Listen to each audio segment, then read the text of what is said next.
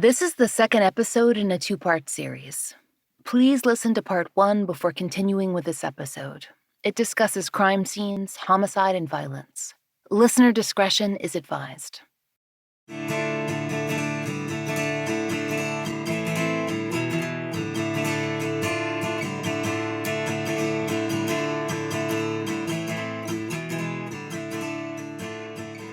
This is The Fall Line.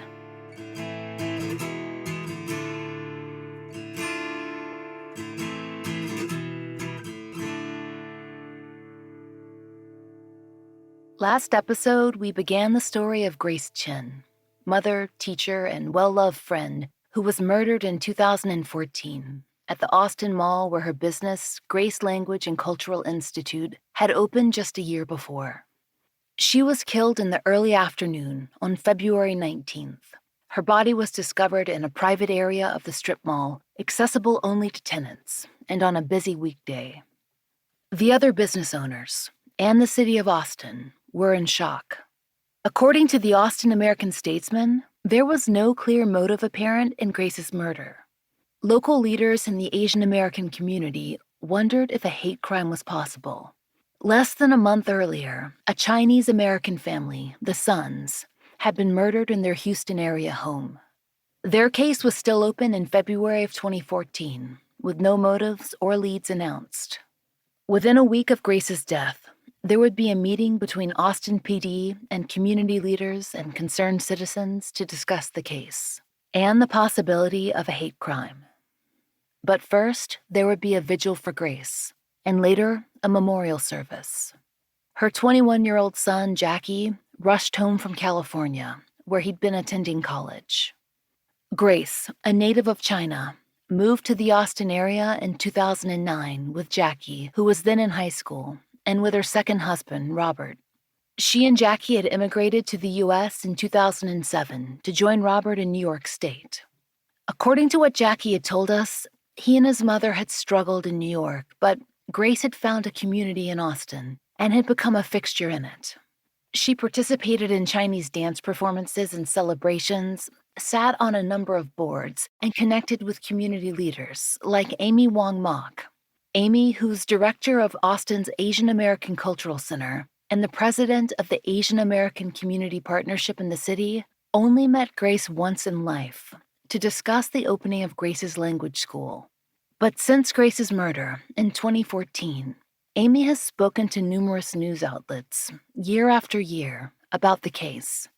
She's gotten to know a lot about Grace through those who loved her, and so Amy keeps calling APD each year and speaking with every reporter who asks her, and will, until Grace's case is finally solved. Back in 2014, Amy's name appeared in articles within the first few days as she was asked to speak in her role as a community leader. She asked the question many in Austin had, why Grace? In a later interview with TV channel K-View, Wong Mok stated the feeling very succinctly, quote, "Nobody spoke anything negative about her. She was such a nice person." That fact, and the lack of a clear motive, such as robbery, would leave others confused as well. The Galleria Oaks, the mall where Grace's language school was located, was in an area with plenty of other homes and businesses. According to a report from KXAN, residents in the neighborhood just behind the shopping center, they were concerned and left wondering what, if anything, the police had discovered. And in the week after Grace's death, they spoke with local reporters. One resident, Terry Carlman, explained, quote, "We were all very curious to know how it happened and what the police knew about it. We haven't heard anything really. It's just right up there, a few blocks." Another resident, Aaron Oliver, added, quote, "It would be nice to know if this was random or if they think it wasn't random. If they had a suspect, it would be nice to know." But the person feeling the most shock and confusion was, of course, Jacky, Grace's son. He'd just seen his mother a few days before her death when she'd come to California to visit him at school. They discussed plans for her new courses at the Grace Language and Cultural Institute, but also some worries she'd been having. According to Jacky, Grace was concerned about the sustainability of the school and also needed some extra help with running it. After some negotiations with his mother, who didn't want him to sacrifice any time he could spend on his education, Jacky convinced her to let him take the next semester off and return home to work with her for a while.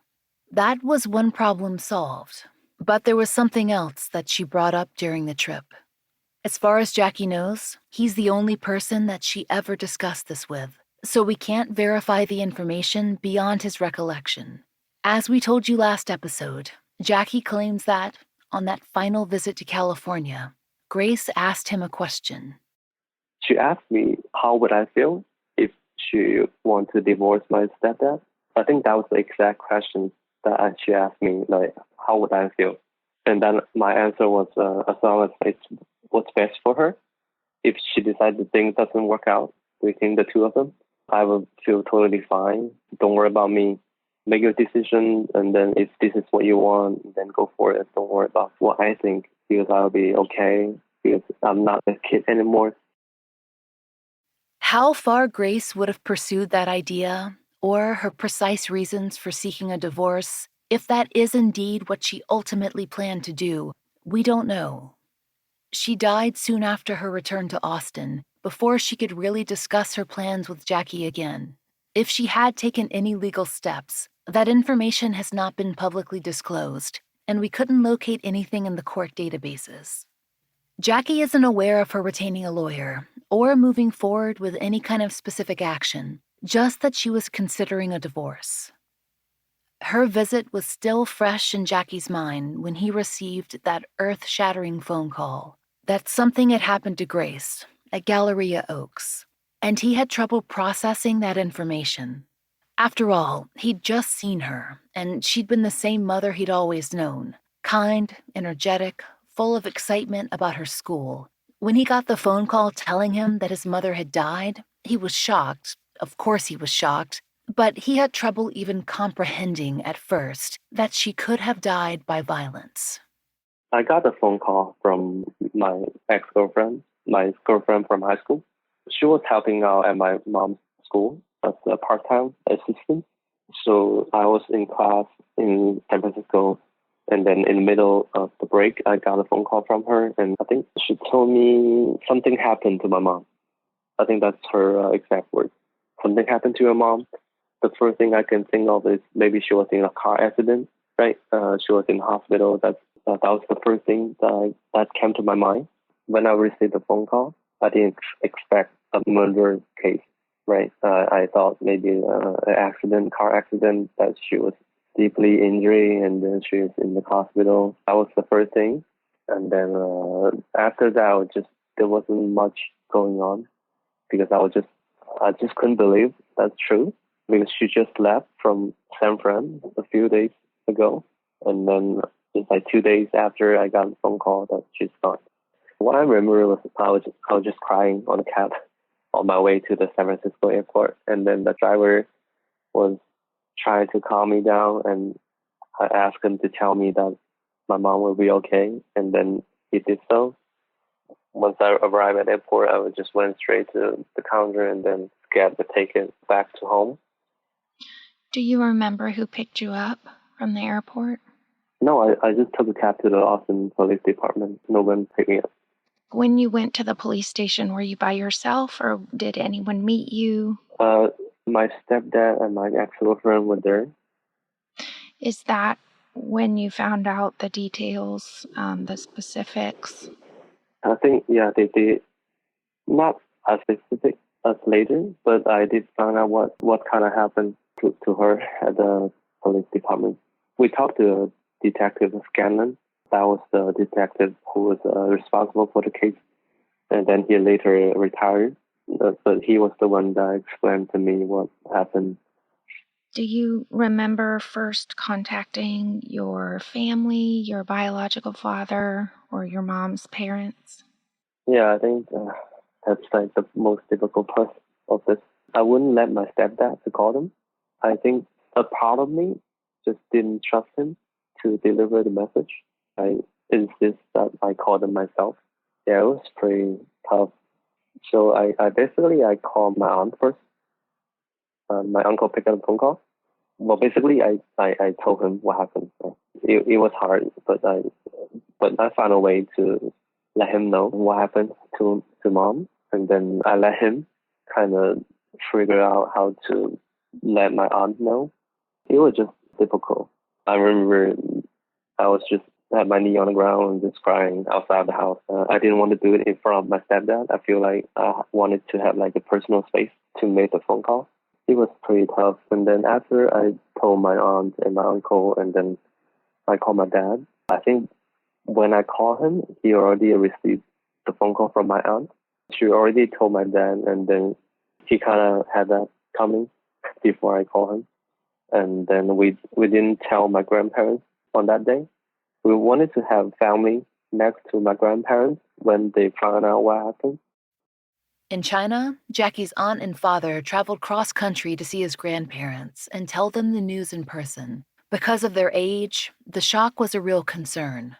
Yeah, I just thought it would be better to let my dad and my aunt know first, and then they will make the best decision and the best arrangement to accompany my grandparents and let them know what happened. I'm glad I made that decision to call them myself. Yeah, even though it was painful to call, I think it was the right call for me to do that. It also reminds me when you talked about when you were younger, your mom was very carefully trying to consider how to communicate with you in a way that was going to not traumatize you. Maybe I got that from her too. They always tell me that sometimes I care about others' feelings over myself. Maybe I got that from her as well. Yeah, it's definitely her influence on me. Yeah. I will try to make the best decisions as possible, that including how to contact my grandparents, my aunt, and how to deal with the media, and then how to talk to the police. I think that was like the first thing. I didn't really think of what happened now since my family is gone and I'm all alone in the U.S. What I didn't do is I wish I sent out the information online, spread out the word. That's one thing that I wish I could have done, because I since the incident, I never posted anything about her passing on my personal social media. Even to today, I only have like a few close friends who know what happened. I'm not sure why. Maybe like a part of me didn't want to spread the negativity on the internet, and a part of me was afraid to let people know that I just lost my mother.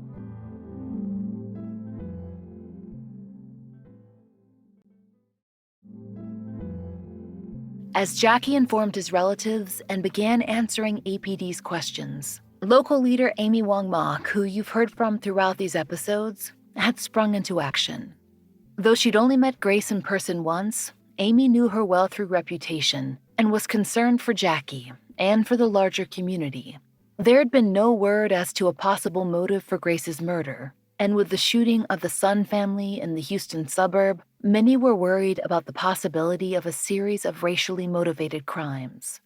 And if that wasn't the case, well, the concern was equally there to find Grace's killer and bring that person or persons to justice.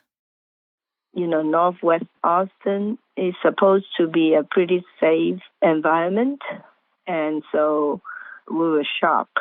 And then the community started getting organized and getting a candle vigil for her, and I felt like we need to have the police chief, to come in and visit with us, and really give us the community some information. And so I basically, together with other people, organized a town hall meeting with Chief Azevedo, and he came and at our Asian American Cultural Center, and it was packed. It was not usual for so many people show up, at a town hall meeting with the chief police. So it was packed and, standing room only. And then Jacky came. I introduced him to Chief Azevedo, and the chief just lost his mother, And so he understood, how difficult it must be for Jacky. And then he and several his assistant chief, the lieutenant, it was well attended of the police staff. He told us that at our town hall meeting that they have gathered some evidence or DNA. It at least gave me the impression that they already have somebody in mind, that the case will be resolved soon. According to KXAN News, quote, Acevedo assured everyone Chen's death was an isolated incident and that the Asian community was not a target. KXAN reported that during the town hall that Amy just mentioned, then Chief Acevedo said, quote, you can see this is a community that stands with the police. So a word to the wise. Don't come to Austin to commit murder, because we're not giving up. Amy, Jacky, and Dan Zhou, Grace's best friend, were in attendance. Despite assurances, Amy said, quote, there's a lot of collective fear, a lot of collective trauma, because if it could happen to her, it could happen to us. Dan told KXAN, quote, I'm hopeful this will not become a cold case. It will stay hot, and this will be solved. The chief explained that it would take weeks to more fully process the crime scene, but that, per KXAN, he was hopeful forensic evidence discovered there might lead to an arrest. But that arrest didn't come in 2014. There was never any tie to the son's case announced. As far as we've been able to discover, their murders remain unsolved, with no leads or persons of interest publicly identified. A year after Grace's murder, in 2015, KXAN ran an update on her case. They spoke with Sergeant Brian Miller of APD, who indicated that significant work had been done on Grace's homicide case. He showed reporters portions of her file, which contained, quote, hours of interviews, a timeline of the case, and photos of the crime scene. Sergeant Miller told KXAN, quote, it's by far not a cold case. It's something we look at almost daily. There is evidence available, but it hasn't been matched up to anybody, so that's kind of what we're working on right now. According to KXAN, Austin police confirmed that DNA had been recovered as well. One factor underlined in this article is the locked door aspect of this case. Previous news articles touched on the scene of the crime, the tenants-only bathroom, but this 2015 KXAN report explicitly points out the fact that the door to the bathroom could only be opened by a key. And what's more, the article indicates the bathroom was locked when Grace's body was discovered.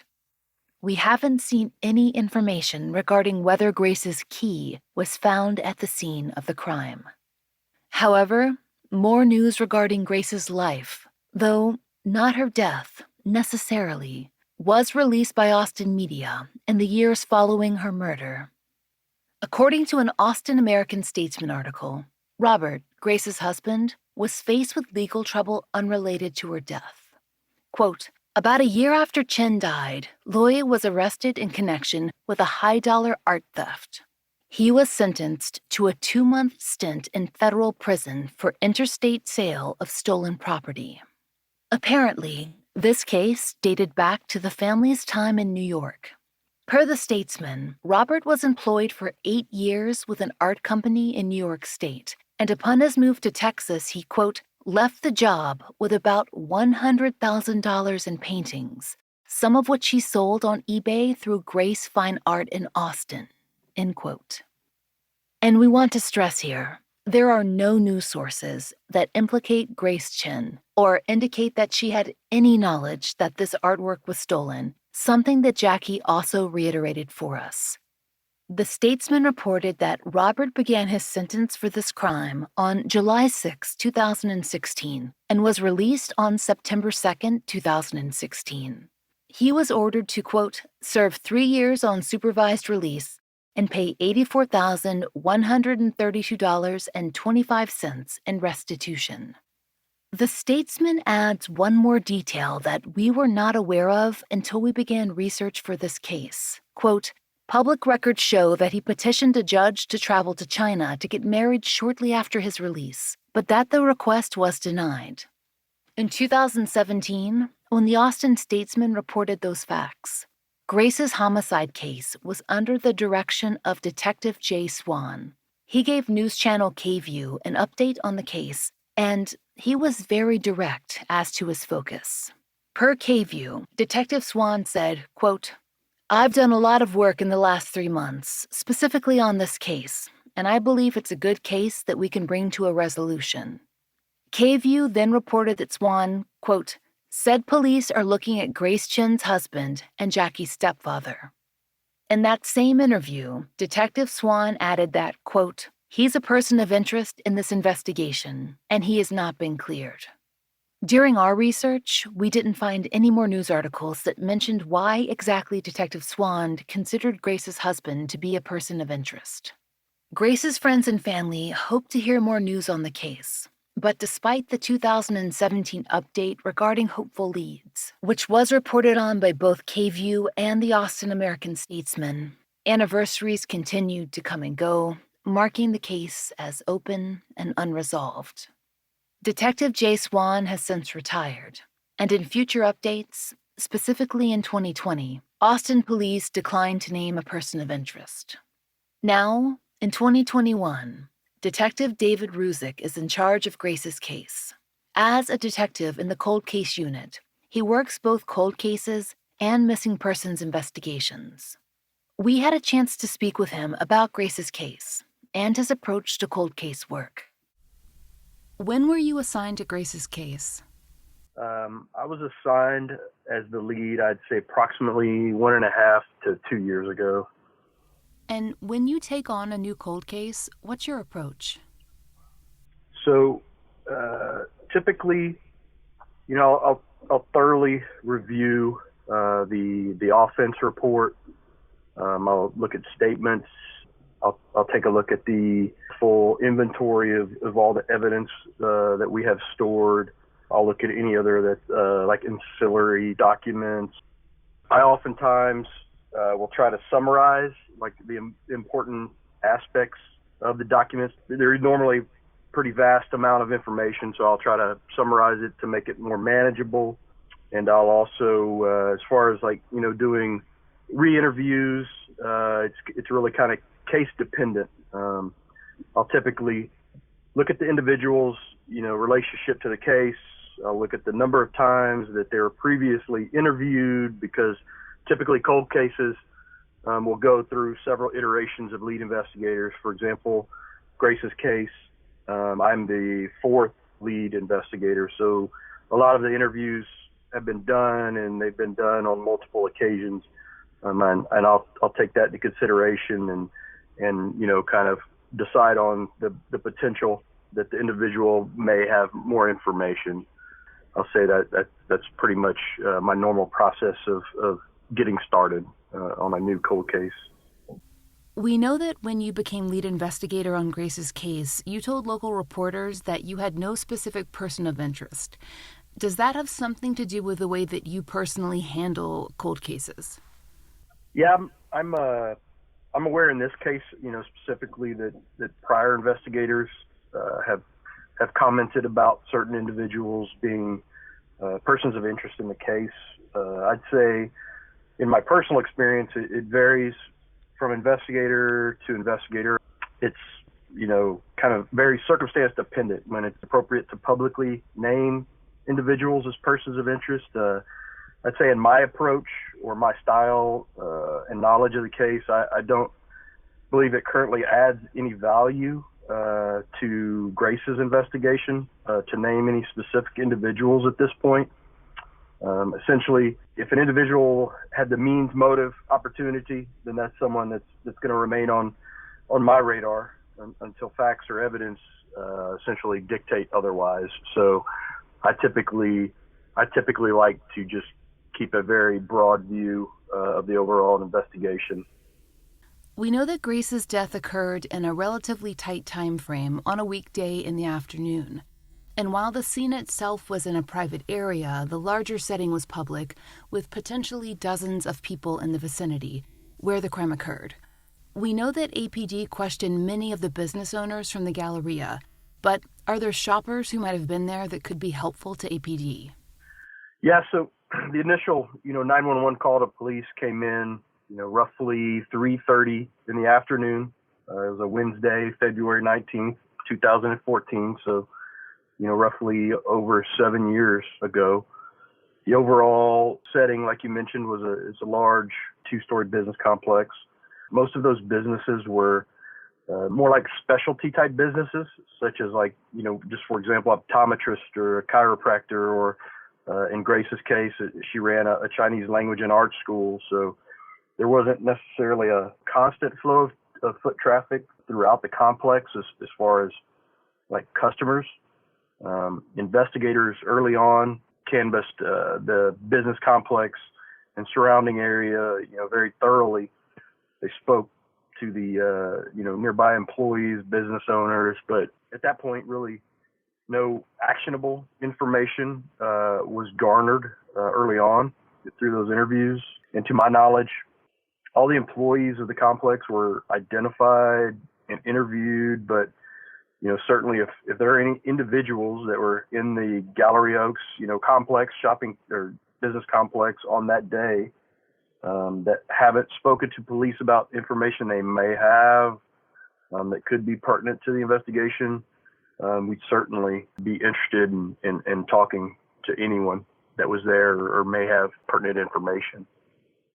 One important thing that Detective Ruzik's comments here clarify is that with the kind of businesses in the complex, many of which were appointment-based or open for sessions or classes or for blocks of time during the day versus continuously, there may have been fewer possible witnesses than an average shopping center could have produced.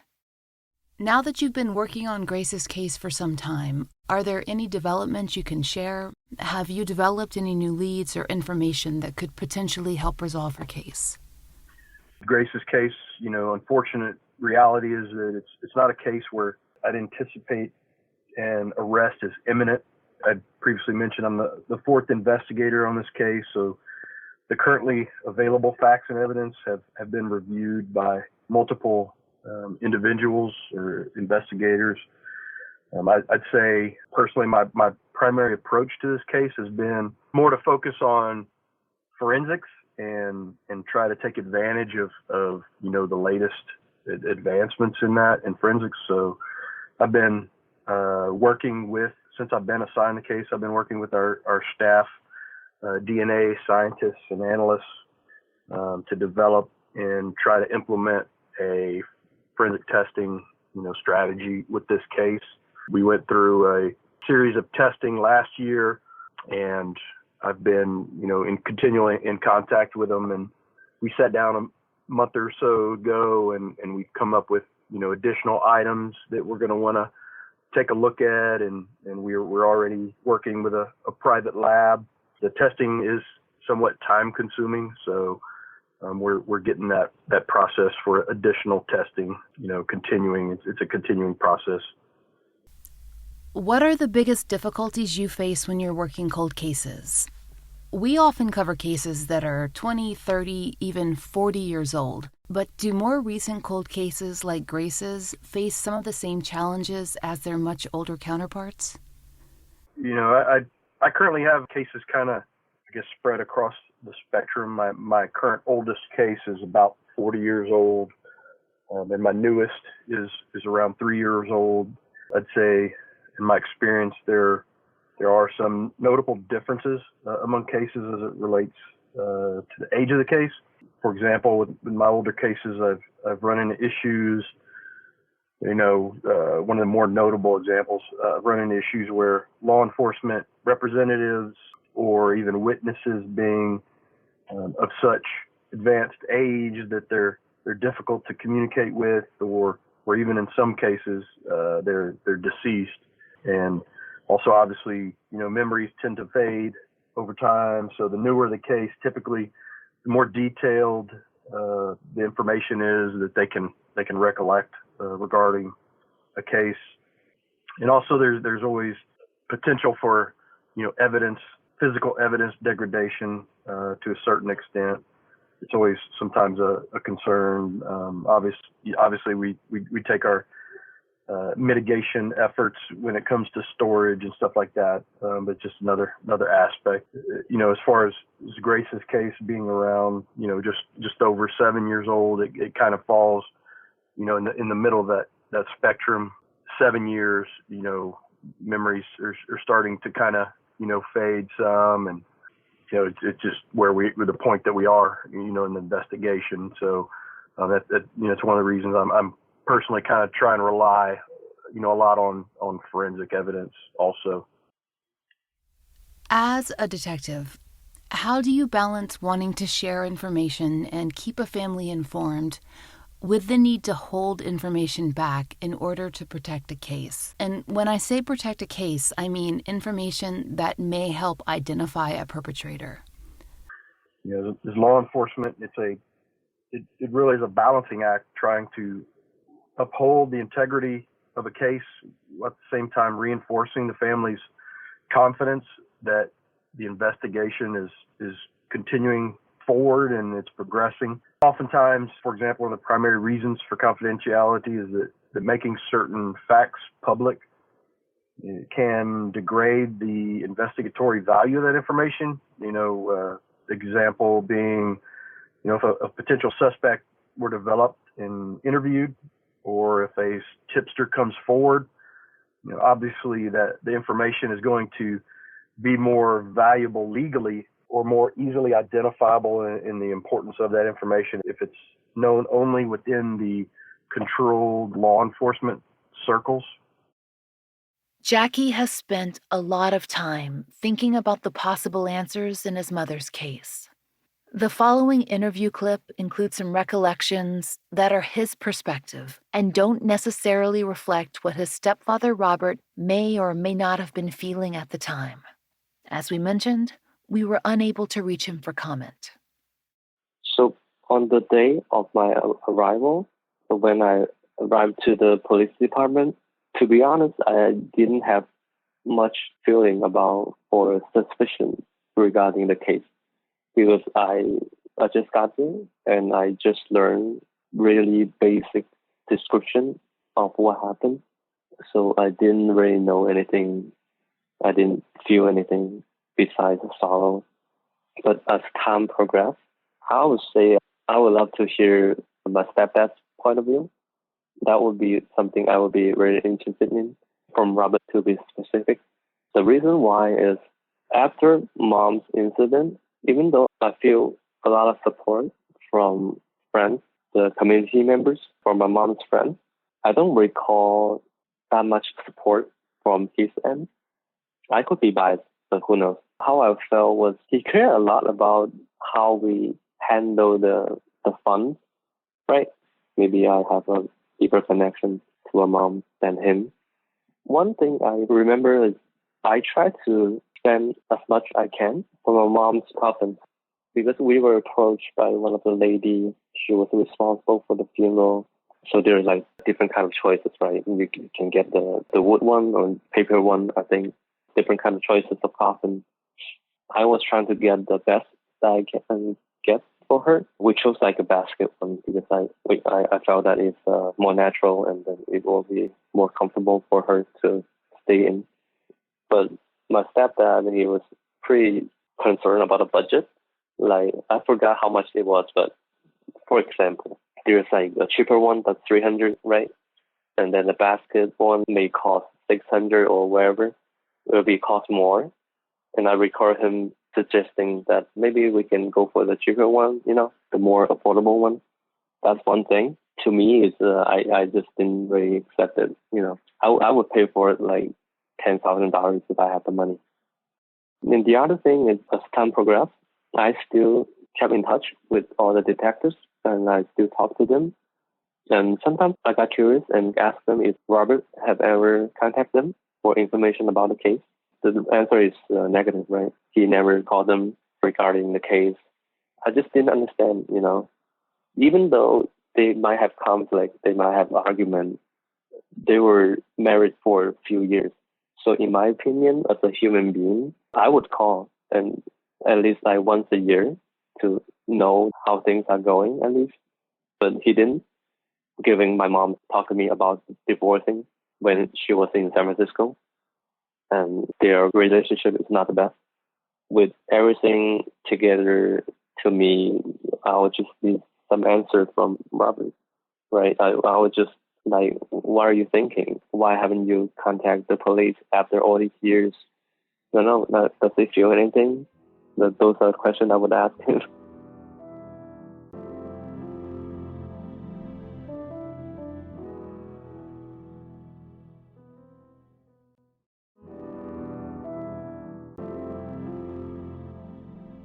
Cold cases need leads and tips. Often they are essential to a resolution, and even that can depend on advocacy. If you listen to our interview with Renata Dubose, you know what a grind that can be for a family, year after year. And in Jacky's situation, he's hundreds of miles removed from his mother's case. With Jacky in California, Amy Wong Mok has taken on the responsibility of making sure Grace's case remains a focus for Austin PD and for Austin media. Amy will contact local media, and she will also contact the police department from time to time and then ask them about the progress and then hopefully schedule an interview. For that, I'm grateful for Amy and for what she did, because it's also one part of my responsibility, in my opinion, to contact the media. I did contact the police and I stay in touch with the detective, but I didn't feel comfortable, or I just didn't have the courage to contact the media to do report on the case. But also I know it's essential to keep the case alive, and I appreciate that Amy has done that for me. And I have so many opportunities to share the story with media. I can talk to them. If Amy didn't do that, if Amy hadn't done all those phone calls, I think we won't be getting that much exposure to the case. For Amy's part, she also feels a responsibility to carry information back to the community center, where, each year, people ask about Grace, hoping her case has seen movement. They always, different channel will have a reporting, around that time. Because it's around Valentine's Day, in February. Sort of make it, quite relevant, because that is when we celebrate our Lunar New Year. And I usually have a community event at the center.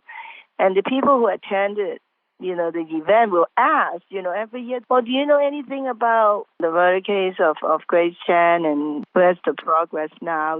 So I always get asked, at our Lunar New Year celebration, and it is really very upsetting that I have nothing to report back to them, And so you can imagine that after so many years, that is still, not being solved. We were so afraid that the murder of Grace Chen will become a cold case. And sure enough, it's a cold case now. So that's why every year I made a point to contact the police department to inquire about the progress that has been made on this murder case, because this is our promise to stand with Jacky to get to the bottom of it, to have this resolved. I feel like we need to fulfill our promise. Jacky, we fell for him because he is so alone. He lost a mother whom he can talk about his challenge, his triumph, and his career path, his relationships, and maybe his marriage and raising his children. And he lost someone so dear to him to guide him through his transition, from a teenager to an adult.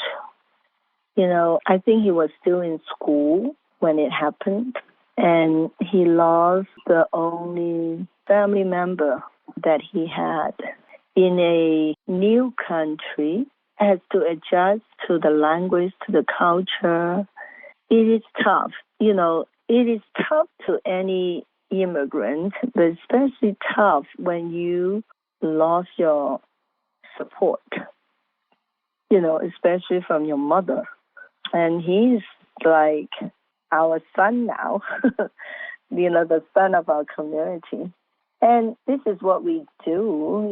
This is our cultural upbringing, that all children are our children. We don't want him to feel alone. We actually assure him all the time, and especially every year, when we ask for the progress report from Austin Police Department, we always copy him in our email, making sure that we will not forget our promise to him. Jacky told us about what the last 7 years have been like, growing up without Grace, into an adult that she would have been proud to see. In the summer of 2014, I did travel back to China. I went back to visit my grandparents, and also I brought her ashes back to China, back to her hometown, so we can have like a funeral. And then after that, I did visit a few places. My dad wanted me to go. Maybe he thought that will help me to distract me from the sorrow. I think it did. There are places that I've never been before, and then I wish she could have been there visit with me, because when I was in elementary school, when we were still in China, my mom would like to take me to different cities in China to explore the local environment, to see more different people and different culture. She did try to do that for me when we were in China. I wish I could have done the same for her in China and also in the U.S. I bought my car in 2014 after she passed away. My dad bought it for me. I didn't buy it. My dad bought it for me. It would be easier for me to travel in San Francisco. I wish I had that when she was living in San Francisco earlier, before she passed away, so I can take her to different cities. We don't have to take Muni. That's the bus system. Maybe we can go to Napa and try out the wine. And maybe we can go to Los Angeles and then Redwood National Park. I know she would love that because she loves the nature and all the trees and the air. I wish she was there during my graduation ceremony. I brought my dog from Austin to San Francisco. Her dog, the dachshund. The dog was with me on the day of the graduation. I have the studio. I have the income, right? With income, I would be able to buy her nice things, maybe take her to different places, and I would love to have her meet my girlfriend, and now it's my wife. I would love to have my wife meet my mom as well. And we're planning to get our own house this year. It would be nice if she's still around. Maybe she can go to the house tour with us. I think the biggest regret, not regret, but the biggest thing that I wish is seeing me getting married, and also for me getting a somehow stable job. Having the income will be able to pay my bills, and also have like real conversations with her after I'm all grown up. Yeah, I think those are the things that I would wish that she could be here. I also want her to know that the dog is doing okay. His name is Fatty, and he's 13 years old, and we got him, I think, the year when we moved to the U.S. in New York. So he's been with us for forever now. And he was like the little baby of my mom. And I want her to know that Fatty's okay, and then I'm okay. And I would like to have Cici, my wife, meet her. Those are the things I would think of. One positive change in Jacky's life, even as he waits for word from Austin police and continues to live without Grace, is the strong relationship he's built with his biological father. After Grace's death, they've worked to communicate more often and strengthen their bond, even separated by 16 hours time difference and visits that are much less frequent than they'd like. I think how I actually feel that I got his support as a father after mom's incident. We got closer after I grew up and after I moved out, traveled to the United States. We got closer than before because I think as I grow, I tend to understand more and I feel more comfortable to talk to him and spend time with him. After mom died, my dad did his best to support me and support my grandparents, and we're grateful about what he did. And also we're thankful that he was able to help us at that time because there are a lot of financial issues back then in 2014. I feel like even though mom's gone, I still have him beside me, and I don't have to feel afraid because I know whatever happens, he will still be able to take care of my grandparents and also take care of me. And for that, I'm very thankful for my dad. Yeah, and we will still have a close contact nowadays. We talk at least every month. Like we chat on through WeChat on a daily basis. And is he in Guangzhou? Yeah, he's in Guangzhou right now with his family. I have a half sister and half brother, and we're pretty close. Given the circumstances, I would say we're pretty close, but we're not as close as we're staying with each other every day, that kind of close.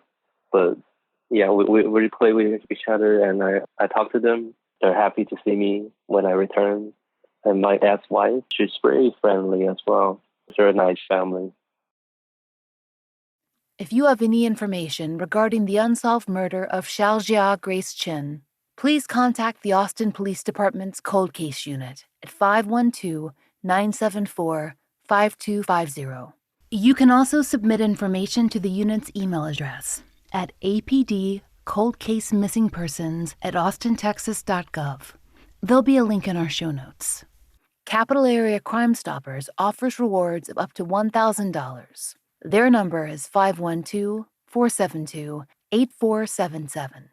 If you know of a case that should be covered on the Fall Line, there's a link to our case submission form in the show notes. Thank you for listening. The Fall Line is a fully independent show, and we appreciate listener support. It allows us to do research, obtain FOIA, pay our content advisors, and support and donate to the causes we care about. If you try out the products we advertise, please use our sponsor codes. It really helps. And if you'd like to support the show and the stories we cover, join us on Patreon. We're raising Patreon funds to continue to fund the Millbrook Twins billboard and to raise a therapy fund for families who've been on the show. Each and every one of our patrons helps us continue this work, and we're so grateful for your help. On Patreon, you can get early release ad-free versions of our regular episodes, plus blogs and videos for only $5 a month. We've also added video live streams, which all patrons can enjoy, starting at just $1. The Fall Line is written, hosted, and researched by Laura Norton, with additional research by Brian Waters, Kim Fritz, and Kiana Burgess. Interviews by Brooke Hargrove. Produced, engineered, and scored by Maura Curry. Content advisement by Brandy C. Williams, Liv Fallon, and Vic Kennedy. And, as always, our most special thanks to Angie Dodd. Our monthly donation is going to private investigations for the missing. Please join us in supporting this nonprofit. They need funds to help families access the services of PIs.